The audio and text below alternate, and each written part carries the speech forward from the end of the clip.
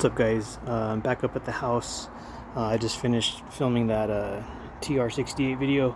I'm going to use heavy rounds on my TPX. This is the one I bought from eBay. I think I spent $170 pretty much on it, and then it didn't come with this barrel. It just came with a stock barrel. I ended up getting another TPX that had this barrel. It had an extra magazine, but I could use this stuff with my TCR, my Burna TCR, because it was originally a Tippmann TCR, and the way they built them with all the valve and regulator and puncture pierce system and everything pretty much in there is sort of interchangeable with the TCR, except for the TCR has like a housing on the CO2 area with that little like pop out door or whatever. So this is the one that I sent in. It had old parts in it. Tippmann's a super sick company, and they a long time ago, 15 years ago or something, like 2009, 2008, when they made this, people were having issues with it feeding, or like the magazines weren't that good, the original magazines. And this is not one of the originals. I have some of the originals in my house, but there's issues with the CO2 puncture, issues with the regulator. You couldn't attach a remote line to it. Just 3 or 4 things that were not good. The modern TPX, the one that you can just buy in the store, that's all updated. Everything's fine in those. So I sent it in. Tippmann fixed it. They sent it back to me, no charge. So they put in like $120 worth of parts if I was to buy them myself. Even if I get them as cheap as I could get them, it was essentially like $120, $140 worth of parts that they put in this, because they honored their part swap for the TPX, and it had all the old stuff in it. And this is actually a really low serial number. Its serial number is 1828. So this is one of the first 2000 TPXs that they made and sent out to the public. I'm gonna hook this up to my HPA tank. I'm gonna get just some general Chrono readings with the light ammo, and then I'm gonna move on to the aluminum balls. These are 7.2 grams, and then I'm gonna move on to my rubber steel 10.9 gram riot balls. These things are heavy, like super dense, really heavy, coated in rubber. These are just pure aluminum. These are from Amazon, Alien Play, Amazon aluminum rounds. I've pretty much shot them in everything I have, and they all work. It always works fine in whatever I shoot it out of. And this is just a mishmash of the black ones are Jawbreakers from Amazon. They're from the Riot Ball store, the Amazon Riot Ball store. The white ones are T4E quick access balls, and the pink ones are also from Amazon. They're from the Lambid store. They're the rhodamine color. I just say they're pink or like fuchsia or something. But yeah, all of them essentially weigh 3.6 grams. They're all nylon. They're all pretty small bore size, like 0.680. And same thing with the aluminums. They're 0.680. And these kind of vary because they're rubber, but I haven't tried shooting those out of this barrel yet. I think this barrel is like 689 bore size. These are typically like 691, so they're just a little bit bigger. So there's gonna be some pressure on these going through, but I'm gonna spray them with silicone oil, whatever I load in my mag, and use HPA, shoot the 3 rounds, go to CO2, shoot the 3 rounds. I'm not gonna adjust the regulator as long as it works and airs up and everything. I haven't had any problems with this ever since I got it back from Tippmann, and fingers crossed it stays that way. So the last time I shot it, it was hitting like 33 joules. I think 33 on the CO2. I don't know what it will do with the HPA. This has the normal air valve in it, so it has like 9 little holes. It's probably going to be a little bit weaker than the CO2, but that's why I'm trying this. So I'll be right back. Alright, you guys, I have the HPA tank hooked up. The last time I shot this, like I said, it was hitting about 33 joules on CO2. We'll see what this does. I have the nylon balls in here, so if I'm getting like 400 feet per second, it's probably like 27 joules. I forgot to mention this is a 10-inch long barrel. It's not the stock barrel, obviously. The stock barrel barely sticks out like as much as that CO2 cap does. But yeah, it's a 10-inch barrel. You can get it on an MCS. It's called the TPX.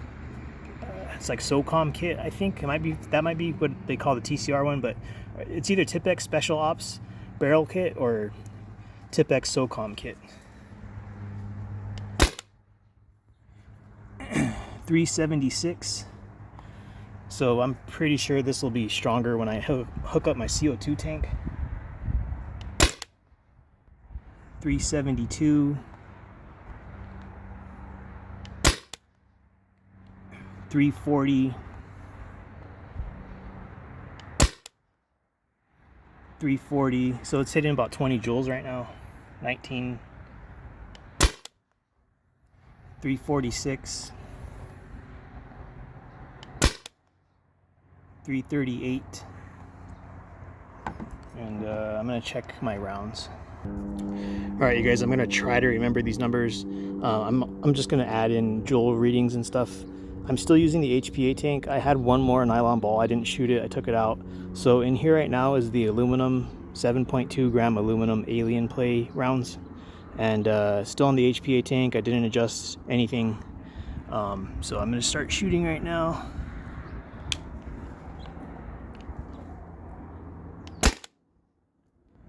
.262, 250, 234, 246. I'm gonna switch to my 11 gram basically riot balls. I'll be right back. All right, you guys, same velocity, same HPA tank. 10.9 gram riot balls, and they're a little bit snug in this barrel, but I'm pretty sure they'll work.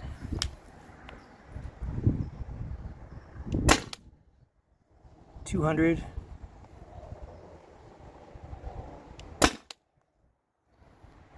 188,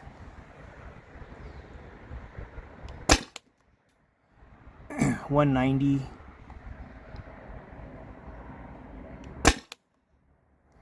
194. So I'm gonna disconnect everything, ungas, put CO2 tank on this thing, and then start firing again. I'm not gonna adjust anything. I'm not gonna do anything to the velocity.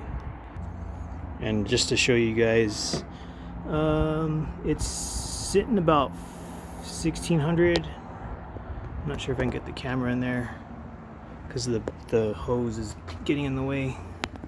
The damn hose. Yeah, it's like 1600 or 1500-ish on the PSI. I'm just going to turn off the valve and dry fire this a few times. So you're gonna hear me dry firing it. I'll just show you. There's no way to release the gas. I didn't bring any Allen wrenches out here. That's why I'm not adjusting the velocity. But if you put a very small Allen wrench and push it in there, I'll try to get a better angle. I'll try to get a better angle with the sun. But you can degas the TCR and the TPX by pressing. You're basically pressing on the pressure relief valve, and it's a pretty good little tip because there's no depressure button on these markers like how there is on the T4E stuff. So I'll show you that PRV little area pressure relief valve thing. I don't have my Allen wrenches out here, so I can't like show you on video, but that little hole in there, not the big hole. The big hole is a 3/16 Allen wrench, but that little hole inside that brass thing, you can put like a I think it's like a 1/16 or 1/32. Basically just get a really like one of your smallest Allen wrenches that you have, and poke that in there, and you'll degas your marker. And it'll be a little bit hard to push in there because there's pressure pushing against you. So yeah, that's the way to do it. And I have to shoot all the air out because it's under pressure.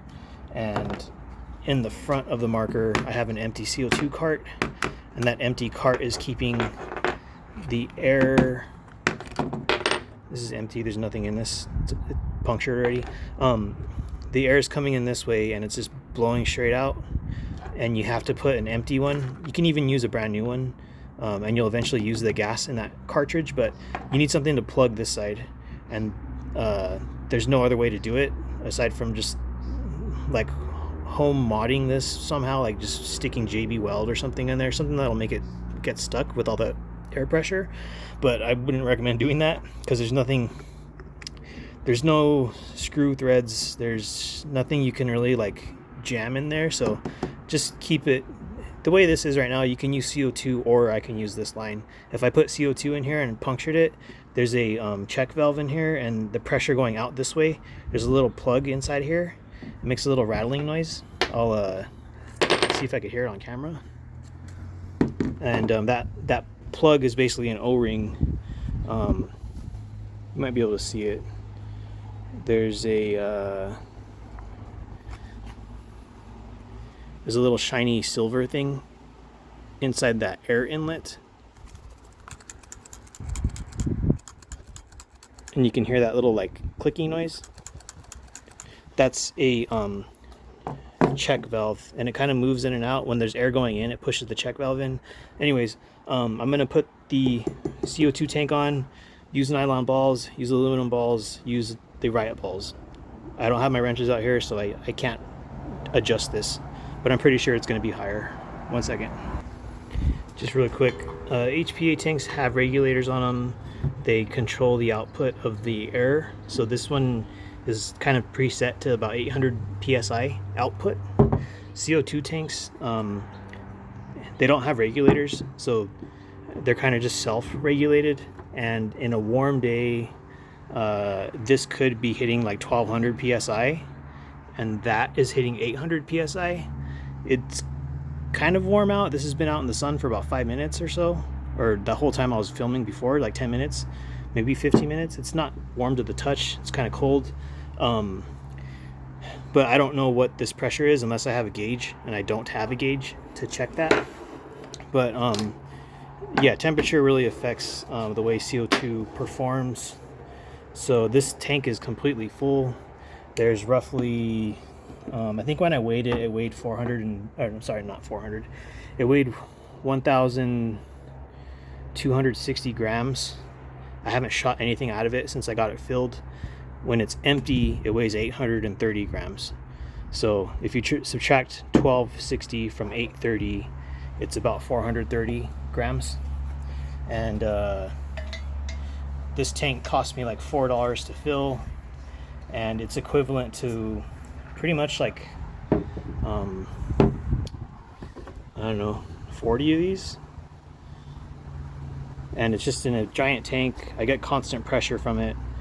This obviously isn't something that you can carry around with in your car and like have time to set this all up and stuff, but it's just I come from like playing paintball and stuff, so I like to use tanks over like these little 12-gram CO2 cartridges.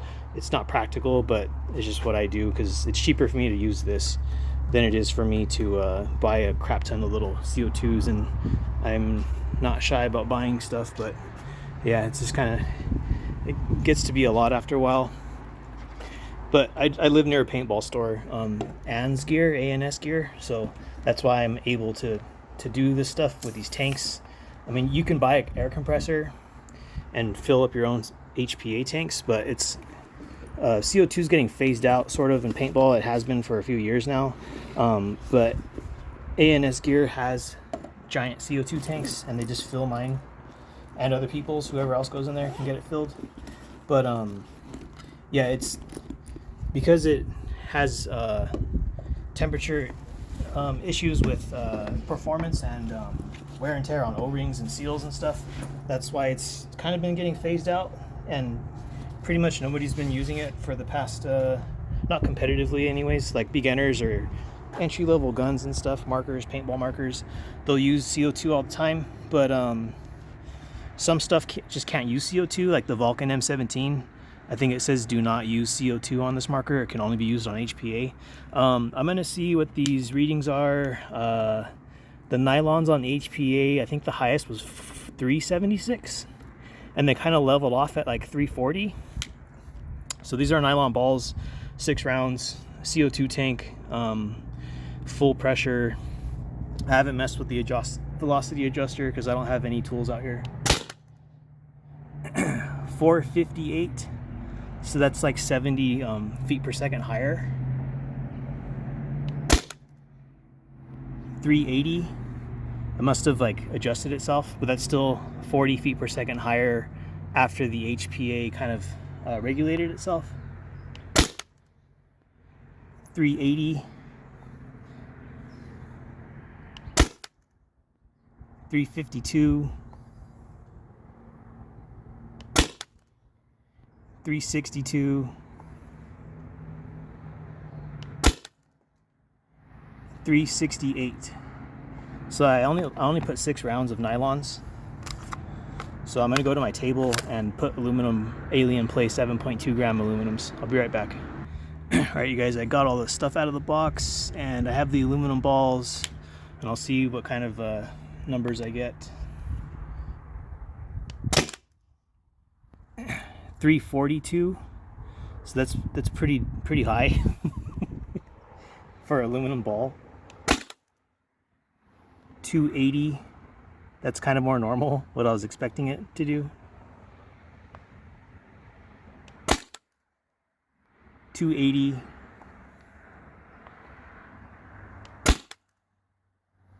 266. So it probably stayed pressurized when I was cleaning out the box for like a minute or two, and that's why those first shots are super high, and then it kind of like balances out, I guess you could say, and that's why the subsequent shots are kind of staying at that speed and not spiking back up. So I'm just putting the riot balls in here, and I'll be right back. All right, you guys, this is the last 4 shots. 10.9 gram riot balls, CO2 tank. It's been sitting for like a minute or two. I'll see if this first shot is super high and then it levels out. 274.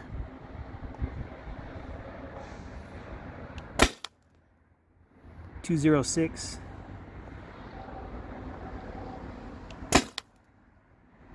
206.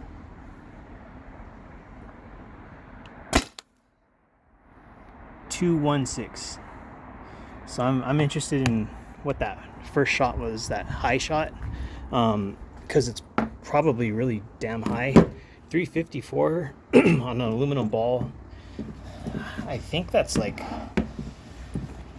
close to 35 joules maybe.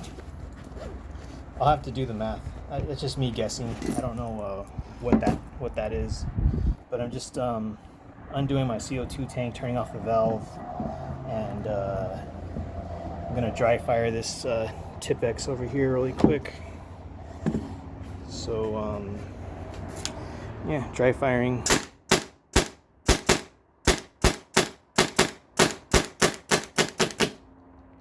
So we out. Yeah, out of gas. So that was interesting. I'll add joule readings and all that stuff into the video. There's still a little pressure in there. That's what that hiss noise was, because I pulled the remote line off the back. I'll add joule readings, and yeah, that was interesting. So yeah, that's the aluminum balls with the highest reading because they don't weigh that much. I'm sorry, nylon balls with the highest readings because they don't weigh that much. Aluminum balls, which pretty much each one of these weighs 2 of these, 3.6 grams, 7.2 grams. And then these beasts are 10.9 grams, and they're rubber and steel. And they're kind of pricey. They were like a dollar each, essentially, from the Riot Balls website.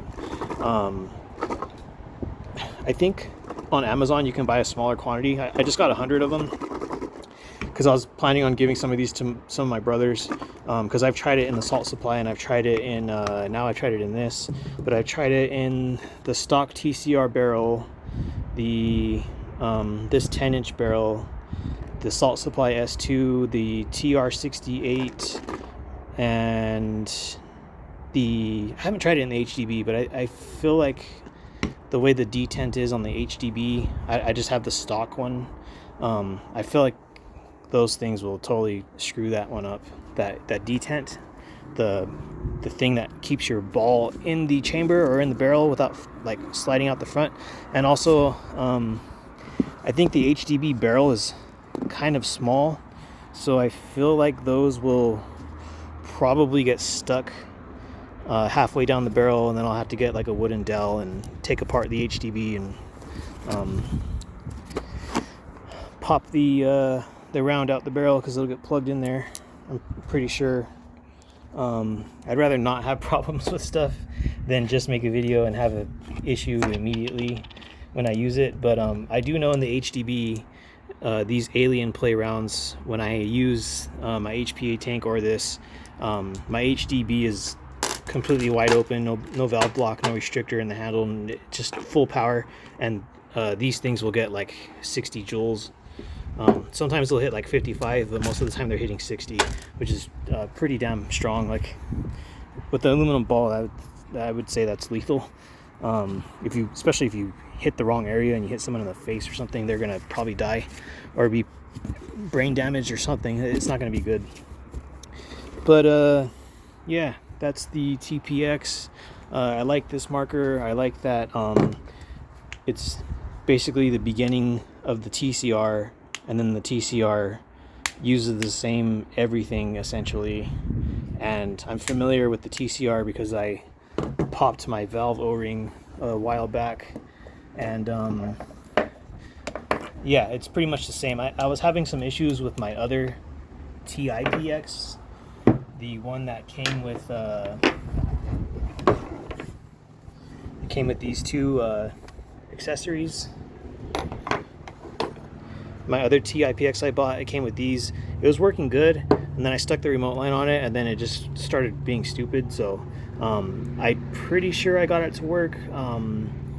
I took it apart, had some wood clamps on it, and was airing it up, and I'm pretty sure I figured out where that O-ring, there's a lot of O-rings in here, but I figured out where it was hissing, because it just had a random like hiss leak after other things that were problematic with it.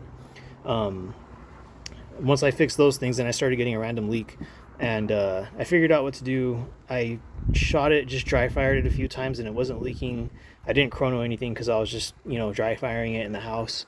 And the reason I even bought that one is because it came all together for $200.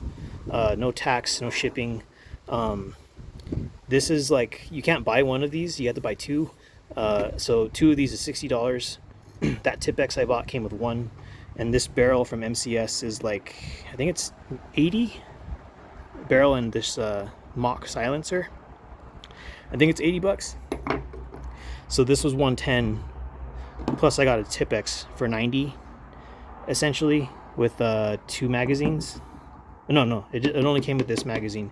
And then the company I bought it from, Discount Paintball, they gave me a free like Tippmann box, which is pretty cool. It didn't say it would come with it. I just bought it, and then when I received it, it was in one of these boxes, so that was pretty cool.